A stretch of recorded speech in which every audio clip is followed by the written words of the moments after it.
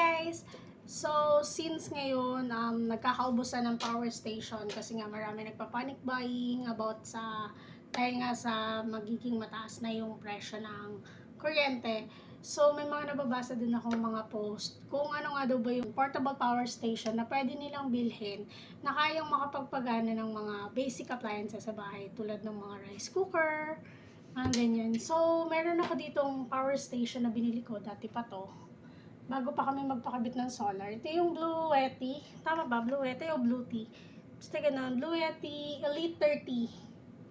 So, na-check out ko to from 12,000 yata yung original price niya. Na-check out ko siya dati sa Lazada ng naka-sale mga around 6 to 7K ko na lang siya na-order.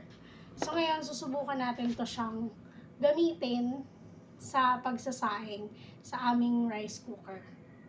So, tignan natin kung kaya niya nga bang makapagsaing at kung gaano katagal tayo bago makakapagluto ng sinaing at kung may matitira pa bang battery nito. From 100% ha. So, susubukan natin. Let's go! So, ayan guys, nakapaghugas na tayo ng bigas. Nasa rice cooker na din. So, ang rice cooker namin is Tough Mama. Tapos, ito na yung ating power station. So, kunin natin yung saksakan, saksak na natin siya at para magkaalaman na kung gagana nga ba talaga ito or hindi. So, ayan. On muna natin siya. Tapos, kapag sa AC outlet, need natin i-turn on yung AC. May pindutan yan. So, ayan. On lang natin. And makikita na natin yung rice cooker natin is, ayan, may ilaw na siya sa warm. So, ibababa natin para sa cook. So, ayan. Let's see. Let's go. So, yung rice cooker pala namin, guys, is 1.8 liters at 700 watts siya. So, ayan. Kita nyo, from 100%, 99% na lang kaagad yung battery natin. So, let's see kung gaano nga ba ito katagal bago maluto. So, as you can see, guys, 636 watts yung consumption na itong rice cooker namin dito sa ating portable power station. So, time check, 7:14. So, 3 minutes na ang nakalipas simula nung nagsaing tayo. At 87% na lang siya kagad. So, medyo mabilis naubos yung battery ng ating power station. So, 7:14 pa lang, 7:11 tayo nag-start magsaing. Tapos, kita nyo yan, nagkaroon siya ng ganyan, nag-zero yung output niya. So, ibig sabihin, hindi siya gumagana. Na-stop yung paggana niya. I think dahil nag-overheat siya, umiinit na kasi yung rice cooker, hindi ako sure. Pero yan, may sign siyang ganyan. So, ang gagawin natin dyan is papatayin natin. So, kita nyo, nag-turn off din yung aming rice cooker. So, iti-turn off natin itong power station. Tapos, i-on natin. I-on ulit natin yung AC. So, pagkatapos nyan, may kita ninyo, magte-turn on na din yung ating rice cooker. So, yan, may kita nyo na yung watts. Diba? So, nag-turn on. So, parang every 3 to 4 minutes, 3 to 5 minutes, nag-off siya ng ganyan. Yan. So, time check, guys.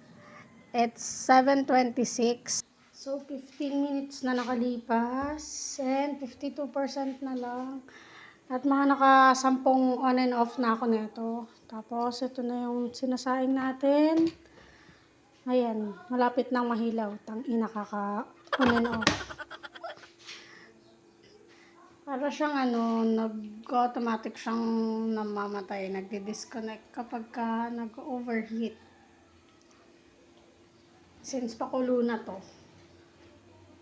Ganun na nangyayari.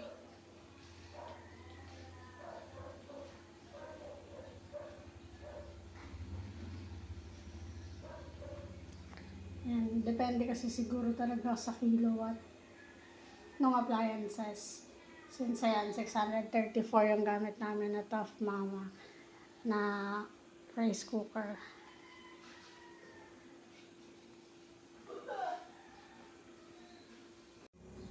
So, after 20 minutes, 32% na lang siya. At ang ating sinaing ay ito, medyo luto na. I don't know, parang hilaw pa. Kulang ng tubig. Luto na? 30%. Wait, dagdagan ko ng konting tubig. Nahilaw na, tangin, nakaka-on and off. Okay, so 7:38 guys. Nag-warm na siya. Meron lang tayong 14%, pero di natin sure kung luto ba. Dinagdagan ko yun ng tubig guys, kasi hilaw siya kanina. Let's check kung luto ba siya.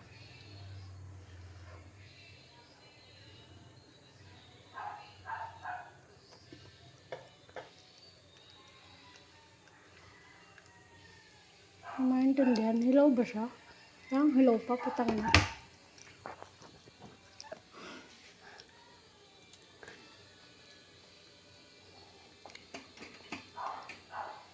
Ayaw niya na mag-cook.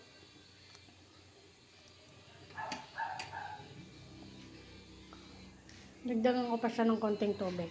Okay, tangin na, malulugaw na talaga itong sinaing namin. Kakapatay sindi nito. Yan, so after 30 minutes, lobat na siya. At ang ating sinaing ay, ayan, naluto na siya. Hindi na siya hilaw. Yan, luto na siya. So 30 minutes, lobat na din siya. Wala na, hindi na maon. Nalobat na. Pero nakasaing naman tayo. Okay na yan. So yun nga guys, success. Nakapagsaing tayo gamit yung Bluetti Elite 30. Kaso nga lang, nung pagkaluto ng sinaing natin is nalobat na din siya. Pero okay lang yan as long as nakapagsaing tayo. So, yun nga lang, 30 minutes lang yung inabot ng battery niya since mataas nga yung watts nung rice cooker na ginamit natin. So, sa susunod naman, subukan natin siya gamit sa ibang appliances para malaman ninyo kung gaano nga ba katagal bago ito malobat. So, yun lang. Bye!